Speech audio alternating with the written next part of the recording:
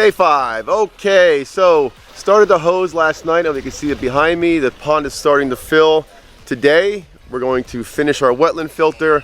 We're going to finish our intake skimmer, or at least get close to finishing, and possibly start hooking up some plumbing so the pumps can go in tomorrow and we can run this thing on day 6. We're gonna go speak to Ed Beaulieu about how a wetland filter works and what it could possibly do for your pond. Okay, I'm here with Ed Beaulieu from Aquascape. Ed, give me a rundown on how a wetland filter works and how it might help someone's pond. A wetland filter, basically, it's going to remove toxins out of the water. So those toxins are a combination of organic compounds that build up. That's going to be from fish waste, could be from leaf debris, wind-blown stuff coming in. And if you just leave that inside of the pond, what's going to happen is it's going to slowly decay, and it releases ammonia compounds into the water. And if left unchecked, they'll cause algae problems, they can cause fish problems, could cause fish death. The water could turn green. So there's a whole host of things that could happen from that. So a wetland filtration system is basically, there's a sedimentation chamber down on the bottom that's going to take out the big particles out of the water. And then from there, we have different layers of gravel. That gravel layer is basically home to different types of microorganisms. We're going to add bacteria, enzymes, and things like that into the water. But once that stuff gets established, those little microorganisms are going to feed off of all of those organic compounds that could potentially cause the water problems. So by doing that wetland filter, it eliminates all of that. The one we're building today is for the swim pond. Yep.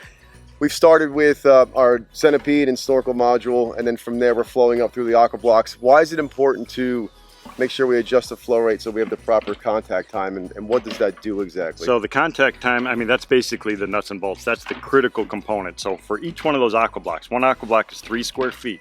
We have approximately 150 gallons of water per hour. So that's going to give us a flow rate. It's going to take approximately 10 minutes of time for the water to go through just from the bottom of the aqua block to the top. Right. It's like 9.5 minutes. So during that time, fine sediments are going to allow to settle out.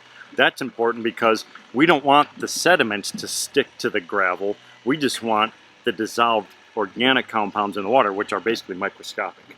We want that stuff to flow through, because when it comes in contact with that gravel layer, we got all of those gravel pieces. That water is going to be twisting and turning and wrapping around all of that gravel. And the more contact time it has with each one of those little pieces of gravel, those little organisms feed off of that stuff. So it's like a constant food source. It's a conveyor belt of food going through.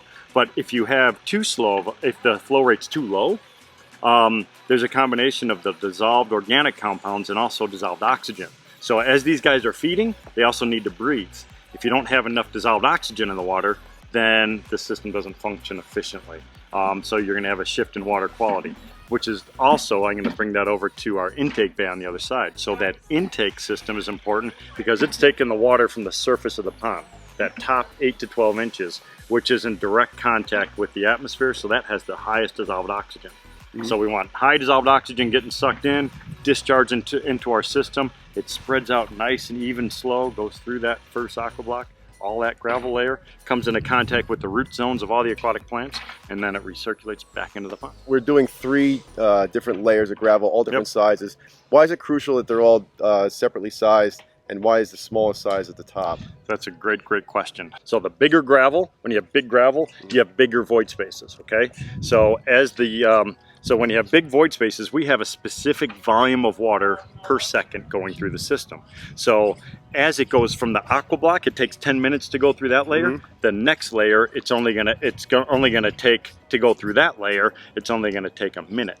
Right. Minute and a half. And then so the water speeds up as it gets smaller and smaller through each one of those zones. So from the aqua block to the top, our water velocity gets fastest on the top, so that actually keeps it from clogging up. Okay. So it actually blows any fine sediments out of the top. And sometimes you'll see on the very, very top, kind of in the little backwater areas, you'll see like some little really, really fine sediments. And it's because it kind of has that flushing action going through, which is super, super important. Otherwise, it won't function properly. At the top, the smaller gravel is almost like a polishing layer where it's scrubbing the and then that works well for your plants. So that smaller gravel is really easy for all the plant roots and everything to grow through, as well as planting. Awesome. Hopefully you got all that.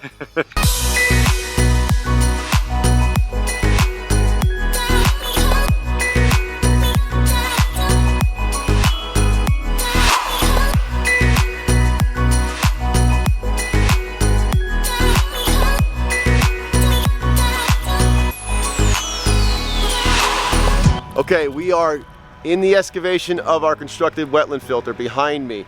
So let me show you what's going on here. We've got an excavation about 10.5 by 21 feet this way. Our next step is going to be cutting a trench right down the middle.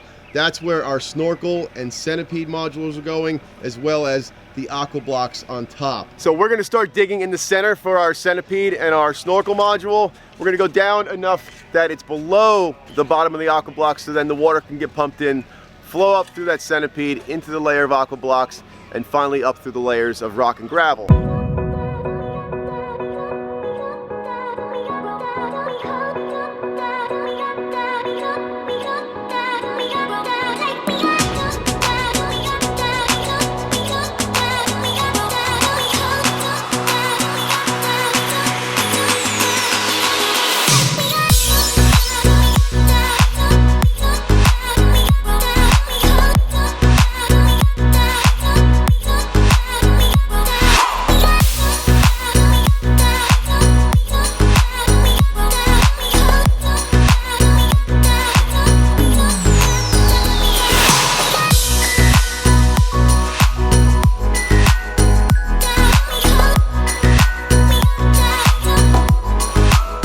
Get started with filling the whole wetland in with our graduations of rock and gravel, I want to explain to you what we've done already. Our liner and underlayment are in the excavation.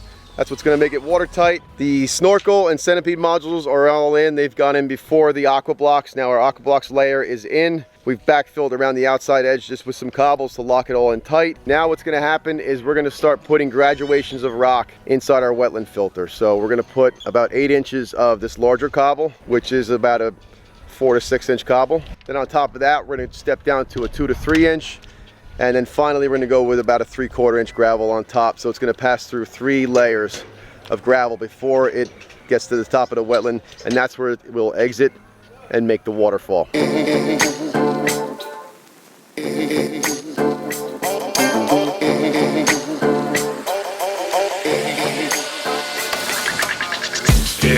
raindrop out here on my one.